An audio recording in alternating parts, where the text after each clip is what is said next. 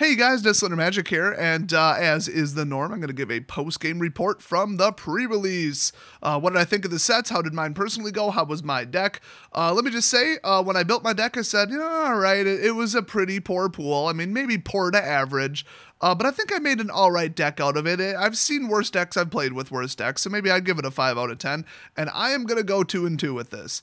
And I went 2-2 with it. So, I mean, I wasn't even that disappointed when I lost, except the first match or round or whatever. I really should have won that. So there were some glaring problems with the two sets and the block, I guess you would say, and primarily Rivals, but we'll get to that at the end. So my blue pool was horrific. After taking out just irrelevant or just dangerously garbage cards that are just not playable in pre-release in any form, I had 6 cards left. I believe 2 of them were creatures, so blue was out. That was out. Then I looked at white, and I'm like, okay, it's curvy, it's got some control, and it had 3 just heroic level cards in it. So I'm like, okay, we're going white. Then I looked at black, and it was just 4, 5, 6 cost. That was it. I'm sure it was lovely. I'm sure the cards were great, but I was just like, that's too much. That's too much. Okay, we're done. Plenty of playable cards, but honestly, I mean, there was a lot of 4 and 5 cost in the white, so I did not want to double up on that. I wanted quick. So I went to red. Red had some amazing, just beast level cards. Like I had the 4/2 card. I had some Enragers. I had, what else? I don't know. Oh, I had the Primal, big old fatty Primal dude.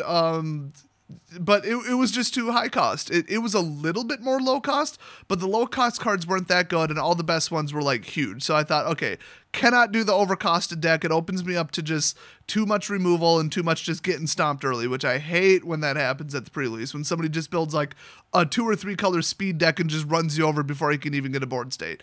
Always got to be aware of that. Now that said, you can drop out 1 bomb and run the game with it. It's just that's a little thin. It's not always the best strategy. And then if you get mana screwed, you are mana screwed in a half in that case. That will just like end your game if you cannot get like 4, 5, or 6 lands out. So I dumped red, wasn't thrilled about it. Let's see what else is left. Well, green. And I went green because a lot of the creatures cost 2 and 3. Not all of them. I mean, I really did end up playing a very expensive deck. I had a lot of 4 and 5 cost dinosaurs in there. But it was okay. I was running like 3 or 4 force fights. I had a plummet and I had a demystify, which is kind of nice in white. And had like 9 or 10 dinosaurs. And then I had the card. It was actually my promo. It was the one that says all dinosaurs can only take 1 damage. All damage is reduced to 1, and it's not even just combat damage. That's a damn good card. I mean, it costs 5, but hey, my deck was expensive. I ended up going 41 cards, 18 lands, because that's 45%. So in your opening hand, you'd be expected to have 3 or a little bit more than 3 lands, and then by turn 4, mathematically, you should have consistently your 4th land, and that is exactly how it played. I was very rarely flooded, and if I was, I didn't care because I had a dominant board state. And it just worked. So, yeah, I mean, it is what it is. Sometimes you just got to go 18 lands. And one of my opponents went 20 lands, and he was just all in 6, 8 cost mega creatures, which he beat me in the middle game, and he almost beat me in the third game. So, I mean, it's not like it didn't work, but that's like a really ballsy, like, all-in strategy. But it was just like white, red super creatures. And honestly, if you get one of those out and they're good enough, you couldn't win the game single-handedly with it. So, it was ballsy. I kind of like that deck. Now, see, I can't really judge it and say, it was a good idea or a bad idea because I don't know what the rest of his pool was. All I know is he almost beat me, so, there you go. So I basically went like semi-explore, semi-tricky merfolk with no merfolk synergy, 1 dinosaur double cost reducer, and then the Temple Altasaur or whatever that reduced damage. That was it for dino synergy, so I had like just 0 synergy. But I had like some counter drop force fight. I had some other just stuff that dropped counters on over time. And oh my god, in my white pool, this was it right here. This was like the dominant card. Well, and I had 2 copies of it, which is even more wild. +1/+1 lifelink and create a vampire. I put that on my merfolk that can't be blocked by creatures with 2 power or less, and just 3 lifelink, 3 lifelink, 3 lifelink. I also had the Queen's Commission where you drop out 2 1/1 vampires with lifelink for 3. I mean, that was just good. I had the 3/1 Raptor Companion for 2, and then I had the 2/1 Ascend Flyer for 1. So that's 2 damage for 1. I mean, and you just start swinging with that. Turn 1, I got it out 3 games, and yowza. Actually, one of the games I literally went, turn 1, he's out. Turn 2, Raptor's out. Swing 4 times and win. Just straight up, just you're dead. So, I mean, I had a little bit of speed in the deck at least, a little bit of early game threats, just enough to be annoying and eat some removal, you know, or some chump blocks or whatever, and that's what they did. And then I brought out the biggies. So it wasn't bad. I mean, like I said, it's like a 5 out of 10 deck. It was playable. I wasn't thrilled with it. It was lacking any kind of just massive bomb, like a planeswalker, just like some just devastating, like flip enchantment or just something just horrific. But, you know, most of those cards were mythic, and there was very few that I would describe that way anyway. So it is what it is. Honestly, you shouldn't and really can't expect to get cards like that. It's nice when you do, and it's nice when they're on color, but the sheer probability of all that coming together is like super low. I won entire games because of that card, and I knew it, and I had 2 copies of it. It was crazy. People are like, how you keep getting that ode? I can't deal with that. I'm like, because I got 2 of them. But between that, the Divine Verdict, the Force Fights, you know, the little bit of counter build-up, I had some Explorer, I had the double Explorer Merfolk. That was kind of cool. Got bad cards out of the way and ramped a little bit. It just had a little bit of counters, a little bit of fight, a little bit of removal, a little bit of everything. Just a little bit of flyers, a little bit of ambush, a little bit of scry, a little bit of control. I mean, a little bit of dinosaurs, a little bit of synergy. So it didn't really do one thing, but welcome to Sealed. So I had fun with it. I wish it was maybe a little bit more powerful, because if it had like 3 better cards, I probably would have just swept just 4-0, but you know, I did the best with what I had, and I'm pretty happy with the performance based on what I had to work with. So it was fun. Everybody enjoyed themselves. Oh, and this is like the 3rd time I tried to record this. I'm having some technical difficulties and some brain difficulties because I got 4 hours of sleep. So pardon if I already mentioned this, but the first round that I won a booster, which was round 2, Foil Angrath, guys. Foil Angrath.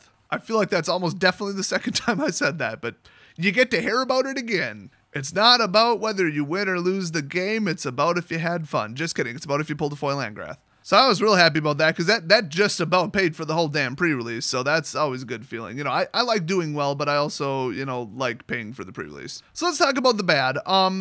Somebody beat me the 2nd game, 1st round, by getting out an unblockable 1/1, and then by turn 2 he had 1 counter on it, and by turn 3 he had another counter on it. He literally killed me with just that creature. Not one other creature even touched me that entire game. Just 20 life and dead with a 1 mana card.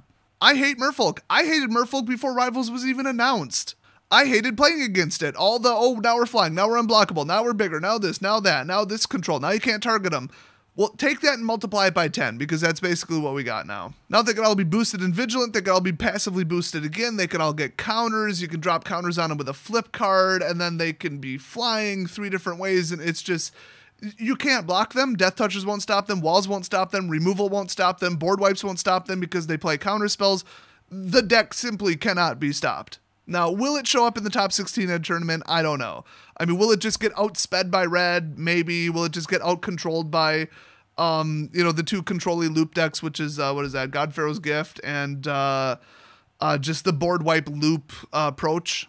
I think it's reasonable to expect that maybe that would happen, but let's just say I wouldn't be surprised if merfolk show up in high-ranking tournaments very high. It's just a wave of unstoppable, high-powered creatures that you can't interact with in any way and can't do anything about. And that is stupid. That's not even like magic to me. It's just idiotic. So even if the deck doesn't become like tier 1 net deck popular, even if it's tier 2 and somebody builds it, I don't want to play against it. And my evidence for that, besides just knowing how decks are built and looking at cards and having a pretty good assessment of card pools and sets, is merfolk pretty much ruined the entire event. Every time there was a problematic just, oh good, you got that out, I lose the game, yay, might as well just scoop, it was a merfolk. Every damn time. Oh, and looking around, and there was a lot of people at this pre-release, virtually everybody was playing merfolk dinosaurs. And I think I saw a couple just pure merfolk, which I'm not even sure how they got that off from a numbers perspective, but I feel like maybe there's like just more merfolk cards than there are pirates, and 0 people are playing pirates. I don't think I even saw 1 pirate. So if you can make merfolk work and piss people off with unfair cards like just, oh, it's unblockable and you can't target it, woo! If you can get that off at a sealed tournament, just wait when you have full control over all 60 cards. That is not going to be fun. So I do predict that merfolk is going to be highly problematic, whether, you know, from a tier 1 perspective or just from a holy crap, this deck's annoying perspective. It's going to be one or the other or both. I don't think it's going to end up that nobody plays it, it's a garbage deck, and it's just not good enough. I don't think so. I think dinosaurs are too slow, and merfolk can just pull like a rebuke or something, and they can just counter any kind of, what's that Aetherized clone? Settle the Wreckage, they could just counter it with a negate. I'm surprised they didn't just straight up print like a merfolk where you could just like sacrifice it and counter a spell, because that would just be the cherry on top of this sundae. So every card that I had a problem with was a merfolk, and every card that people were complaining about in the games around me were merfolks. So I just can't wait to see that land in standard. That'll be a treat. I'm thinking red-green dinosaur, early game, non-ramp, non-discount, enrage-heavy, self-damage force fight will almost definitely be a highly competitive deck, and that's what I'm going to build. Either mono red or green mix, because a lot of the best cards in Rage, I should say, are green. It's looking like a pretty cheap deck too, like price-wise. So I think that'll be. I mean, you can block. Every Enrage is a recurring trigger. You guys know that recurring triggers that you don't have to do anything, tap anything, pay anything, no mana, nothing. It's just, oh, look, it happened again. Oh, look, it happened again. And they can happen more than once per turn. That's good. I don't even care what it does. That's just good. It's basically like a free card, a free spell. So if you build a 100%, like 1-4 dinosaur Enrage deck, yeah, you got something there. And that might compete with merfolk if you can kill their synergy by force fighting, because your dinosaurs are going to be bigger and badder. And that 4-2 spell, take out a merfolk and then enrage, and then if your enrage trigger takes out another merfolk with damage, oh, that is some spicy hot tamales right there. So who knows, maybe we'll luck out and merfolk will be nothing, but I feel like there's just no way it won't be like a tier 2 deck. So yeah, the fact that somebody could beat me with a 1-1 unblockable 1-cost spell is just idiotic. And then there's like the other one that can't be blocked by anything moderately weak. So there goes walls. There goes anything that you didn't want to swing with, you wanted to chump with. I mean, if it's just in play, you got to leave your biggest, baddest creature there to block it instead of swinging with it when you just want to get rid of your stupid little 1-1 token, but you can't.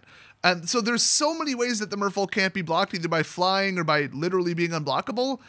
Oh, it's just so bad. It was just so annoying. And I didn't realize that you could just put so many damn counters on it so many ways, and that staircase climb thing, that's just horrible. So yeah, I'm starting to see some bad ideas forming. It's even worse than I thought. So anyway, enough about stupid merfolk. Overall, I mean, the people that did really well had the best tribal synergy. It was almost always just an all dinosaurs or all merfolk deck. But there was some mixes, and a couple people had some pretty good bomb cards, but not really a whole lot of people. And the games were very interesting, but that's why I like low power kind of janky let's make something work magic, because it's very unpredictable. It's like, just for fun multiplayer Commander, which people just adore that format because it's just chaotic and weird and crazy, and the game state could just change on a dime, and it's crazy. And that's all most of my pre-release games were. I mean, I'd go from losing to, oh, what did I just top deck? And now they're on the defensive. I'm about to win in 4 turns. So overall, I mean, yeah, it was a pretty good combination of sets to draft with. The merfolk kind of, they were a little bit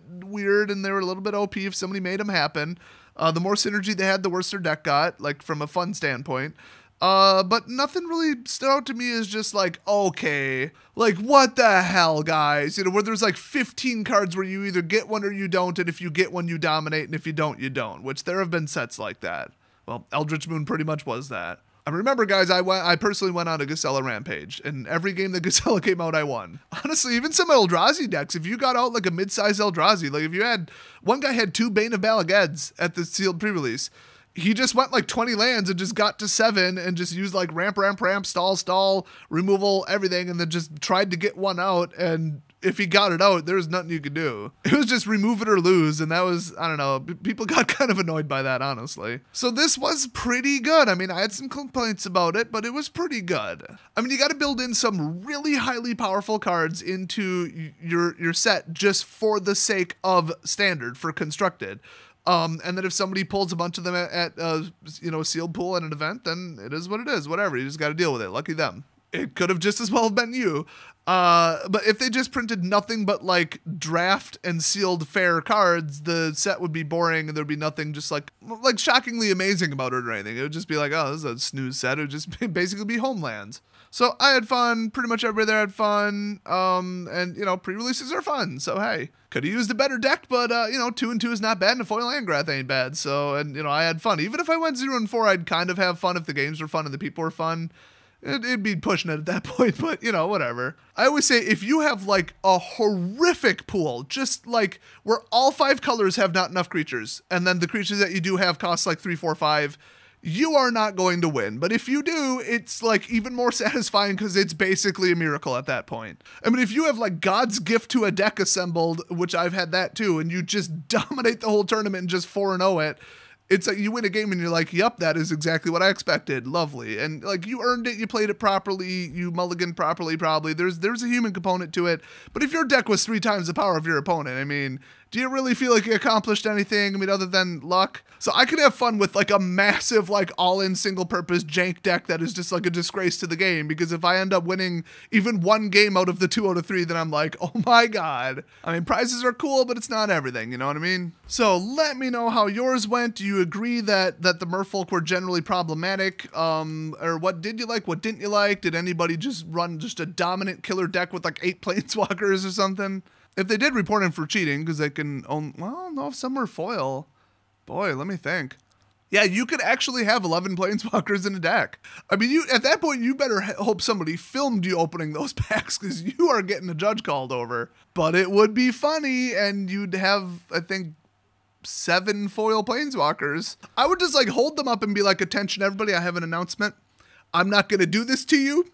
I'm just going to walk out the door and then just leave. Guys, I've got 11 on-color planeswalkers. Half of them are foil. I'm just going to leave. I'm just going to do everybody a favor, and I'm getting the hell out of here. You'd probably get like some applause, maybe a standing ovation on the way out. But I think your odds of that happening are about 1 in a trillion. So, well, then again, I mean, with the, you know, the print numbers and the pseudo-random, yeah. Oh, speaking of print quality, I wouldn't wipe my butt with those cards, okay? They get a -1 out of 10 for print quality. I had smudged, I had double printed, light, dark, missing colors, hue shifted, barely readable, miscut left, miscut right. And these were from 1 pre-release pack. Like, I've gotten whole boxes where everything's cut to the right. Okay, I get it, cool. This was like, what the hell were they doing? I honestly think that the employees at the printing facility were drunk when they ran this set. So it remains to be seen what, you know, the massive booster boxes look like when they get open, but my pre-release pack was a disgrace. I have never seen one worse in my entire life, and looking around, pretty much everybody else's was the same. I mean, the only thing that even comes close was the conspiracy draft, where every single card that everybody pulled was like turbo black. So what an embarrassment for Wizards, except I'd say that, but that implies that they give a crap. If they don't, then I guess they're not really embarrassed. You know, I wouldn't even be complaining about it. I'd be like, okay, I mean, it's still playable, it's readable. If they dropped it to like $60 a box, okay, if they lowered the price and then said, we're lowering the price so that more people can afford to play the game, but we're also, like, the thing we're cutting from the price is any kind of quality standards or paper that doesn't suck, then I would be more okay with that. Not completely okay, but more okay, because, I mean, just think what that would do. You would get more players and more affordable and everything, and you could buy like 2 boxes instead of 1, and, you know, instead of $10 cards, you'd have $5 cards, and they'd all look like crap. But as long as they're like legible enough to be read, like whatever, it makes the company look like crap and it reflects poorly on them. But if that was the case and they lowered the price significantly to match the level of effort that they're clearly putting into the cards, then okay. But considering they're the same price as cards that used to look okay, no, I'm not okay with that in any way. So I fully expect this to be just horrific, like 2 to 3 times worse than the sets before it. So let me know if that's what you saw at your LGS. I'm very curious to get some numbers, and don't just confirmation bias it, don't just groupthink it where everybody's like, yeah, they look terrible, but if they didn't look terrible, then you don't want to leave a comment because then you're disagreeing with everybody. Whether they were good looking or bad looking, let me know down in the comment section. Definitely scroll through if you want to get a good idea of just what the misprint volume was, I guess. So thanks for watching. Hopefully you guys can go to like a Saturday, or I heard even like Sunday at some places you go to one of those events, or play some like Two-Headed Giant or something. That would be fun. And I will see you guys next video.